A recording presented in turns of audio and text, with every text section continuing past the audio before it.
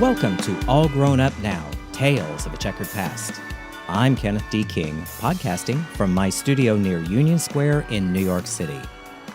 This podcast is an evolution of the tale, All Grown Up Now, A Friendship in 3 Acts. This is Season 2, and it's called Tales of a Checkered Past. It's a collection of short stories from my salad days on up to the present. In each podcast, another self-contained story will be presented. These podcasts will be broadcast bi-weekly, so you get 2 a month. Enjoy. To launch Season 2, I'm going to read the story about my first grown-up jewelry. I was driving back from San Jose one afternoon after doing a lecture on millinery with my colleague Laurel Fenenga. We carpooled so we could get to know each other better. "That ring is so ugly, I know there's a story," she remarked as we were driving back. "Otherwise, you wouldn't be wearing it." "It was my first piece of grown-up jewelry," I said. "I know it's ugly, but there is a story," I replied. And this is the story. In high school, I worked for Braum's Ice Cream Store on 23rd Meridian in Oklahoma City. This particular Braum's ice cream was located between an old folks' home on one side and a topless dive bar called the Pied Piper on the other. The Pied Piper hired skanky strippers, those girls too clapped out to dance at the better strip joints in town. We would call them skanky hoes today. Back then, we just called them sad. The girls would regularly come over for ice cream between shifts in the evenings.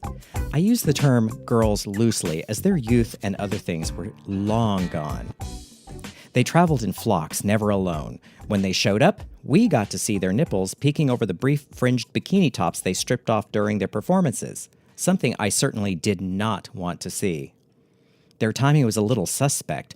The girls would arrive right about the time the old folks came in for ice cream, giving heart attacks to all the old women and perking up all the old men. We had a new manager at this Braum's. She was a woman named Dee Dee. Dee Dee was 26 years old, married, and not terribly attractive, but she was funny and lots of fun to work for. Dee Dee had worked there for a short time when one day she came into the walk-in cooler while I was restocking the milk shelves. She handed me a small package. "I wanted to give you this," she said, and it was not my birthday. "But don't tell my husband that I gave it to you." Okay, thanks," I said while unwrapping the package. In it was a ring, one of those mid-70s nugget-style men's rings, white gold set with a star sapphire and 2 small diamonds. I put it on, and it fit. "There's an inscription," she said. Sure enough, engraved inside the ring was, "Love, Dee Dee." "Yeah, there is," I said. "Thanks." When my shift was over, ever the practical one, on the way home, I stopped by my jeweler because doesn't every 16-year-old gay boy have one? I had it appraised, and it was good jewelry, the guy said, not an inexpensive ring, and the star sapphire was real, not synthetic. How nice, I thought, real jewelry, grown-up jewelry, my first. When I got home and showed it to Miss Ann, however, she had an absolute conniption fit. "She's up to no good," she shrieked. "Give it back." "No, someone gives me jewelry, it's mine," I shouted. So I proudly wore it, both to school and to work. Grown-up jewelry.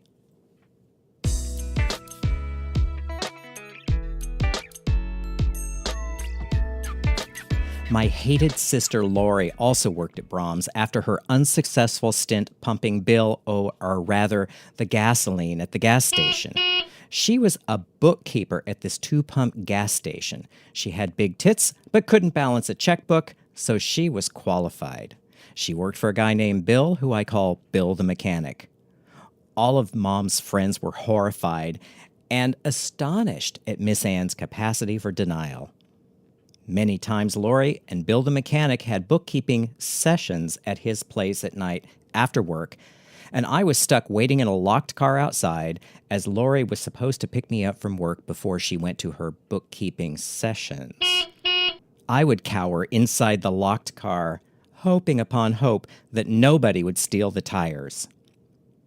Now, Miss Ann finally realized what was up with that job after one of her friends sat her down and had a talk with her.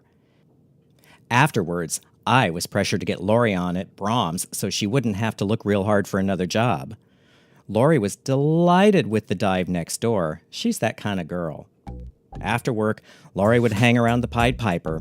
She felt real grown up and sophisticated, hanging with all the lowlife that patronized the joint. Good Christian girl that she was. So, one night after work, Lori wanted to have some extra time to hang with the girls. In other words, meet grazing the guys. So unbeknownst to me, she took Dee Dee aside and asked her to keep me occupied for a while.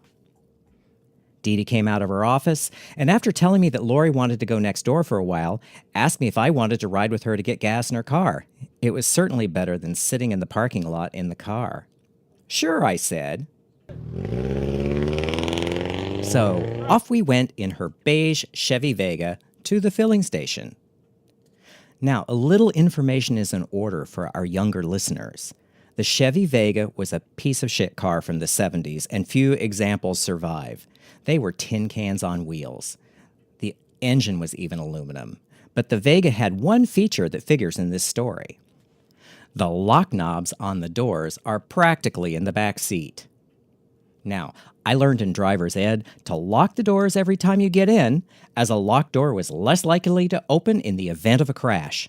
So, when I got in Dee Dee's car, I locked the door like a good driver's ed student.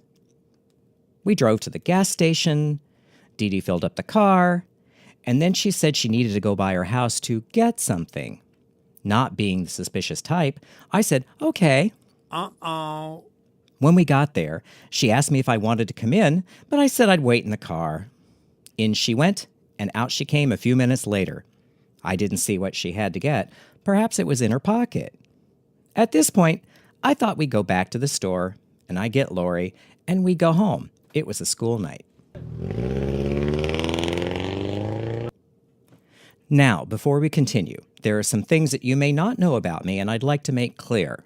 First off, I'm a Kinsey 6, also a Gold Star gay, meaning that I've never kissed a woman except my mom and just on her forehead. I don't look at women that way, and so I don't think they look at me that way. It's a blind spot that plagues me to this day. That said, I'll continue with the story. We didn't head back to the store in the usual way. We ended up pulling into a church parking lot. Dee Dee turned off the headlights and shut off the car. I thought. She must want to talk to me about something. I was totally clueless. So there I sat in the car, a sex symbol in my white ice cream-stained uniform, completely unaware of what was about to happen. Dee Dee whirled around, gave me one of those come-hither looks, and said in a raspy voice, "Ken, have you ever kissed a woman before?" Oh, goddamn, I about jumped out the window, which, by the way, was the only avenue of escape as I had locked the goddamn door and the lock knob on the Chevy Vega is in the back seat, as I mentioned earlier. Jesus. What? I said. Have you ever kissed a woman before? I started frantically clawing the door handle, trying to get out of there, but it was locked. That's none of your business, I shouted back.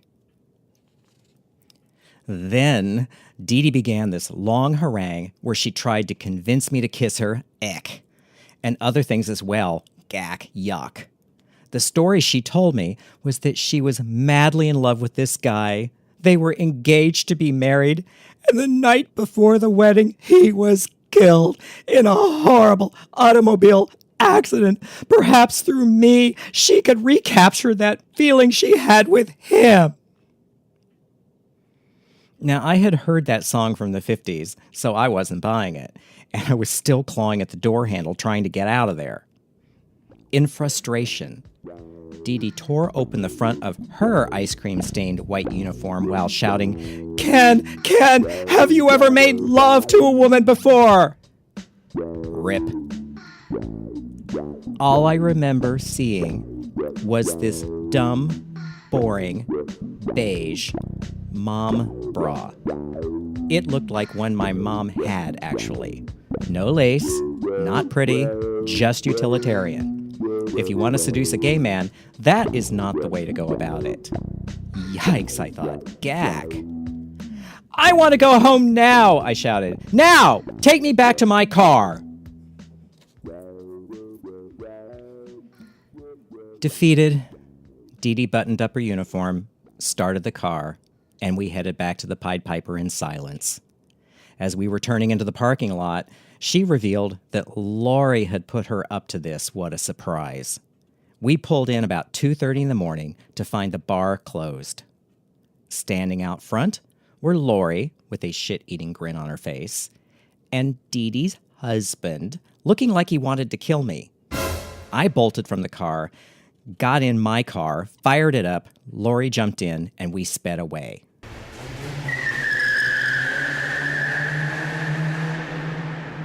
As we were driving, she said, "Well, how was it?" "God damn you, bitch. Don't you ever put me in a situation like that again, ever, you bitch. And what are we going to tell Mom? This is a school night and it's 2:30 in the morning." We rode on in silence until we got home and put the car in the garage. As we were walking into the house, I asked again, just what are we going to tell Mom?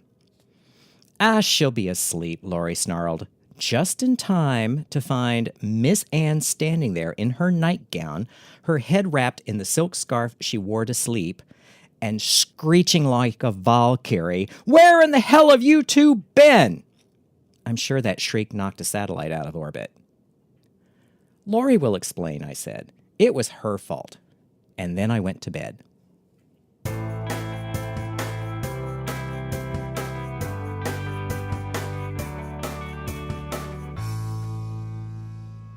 As surely as the sun rises in the east each morning, Lori never tells the truth, a habit she retains to this day. It is a foregone conclusion that anything she said or says is a lie. She's always been like that. She told Mom some cock and bull story about the phones being out of order and we had to work late to save ice cream from some freezers that were broken or some other story. It doesn't matter. It was a lie. Miss Ann knew it was a lie. We all knew it was a lie. Liar, liar, liar. The next day, I was sitting at the kitchen table after school, doing my homework while having my milk and cookies like the wholesome high school student I was. Miss Ann arrived home from work. Now, her arrival was usually preceded by the garage door opener screech. Why spend hundreds of dollars on a garage door opener when you have children? Just screech! Patent pending. This afternoon, though, she was unusually quiet when she came in. In her case, since she was a screamer, quiet was not good. I pretended I didn't notice her, while thinking, what the fuck? Too quiet, not good. Fuck, quiet was more dangerous just because it was so unusual. I felt her standing quietly right behind me for what seemed like 3 years. But I just kept my head down and kept working on my homework, pretending not to notice, but bracing myself, waiting for the other shoe to drop. In a quiet, even voice, Miss Ann said, "I heard what happened to you last night." Feeling really off balance because of the quiet, even voice, and never guessing that she actually would have found out what really happened, I turned and asked, "What do you mean?" She told me everything. Now, unbeknownst to me, since Lori always lied, Miss Ann went up to Brahms after she got off work to ask Dee Dee if the story Lori told was true. Dee Dee confessed the whole tawdry tale. Can you imagine? Oh, dear. I whirled around again and looked at her. "Oh, my God, what did she tell you?" I gasped. "She said that you're an honorable young man who respects the institution of marriage." "That's it. That's right," I shouted, relief flooding my entire being. I had dodged the bullet of being accused of being a fag by the assumption that I was an honorable young man. Thank God. "Now will you give the ring back?" Miss Ann asked. "No, Mom. Now I've earned it. And I have it to this day, because it is indeed my first piece of grown-up jewelry.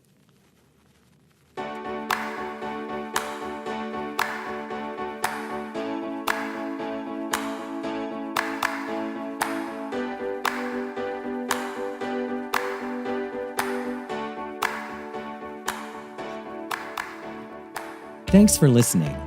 I'd like to thank BearWorldMagazine.com for sponsoring this podcast. You can subscribe to the podcast on iTunes, SoundCloud, Stitcher, Spotify, and Google Play. If you have questions, you can reach me through the website allgrownupnow.com. You can follow me on Instagram at Kenneth D. King, on Facebook at Kenneth D. King Design, or on my main website, KennethDKing.com.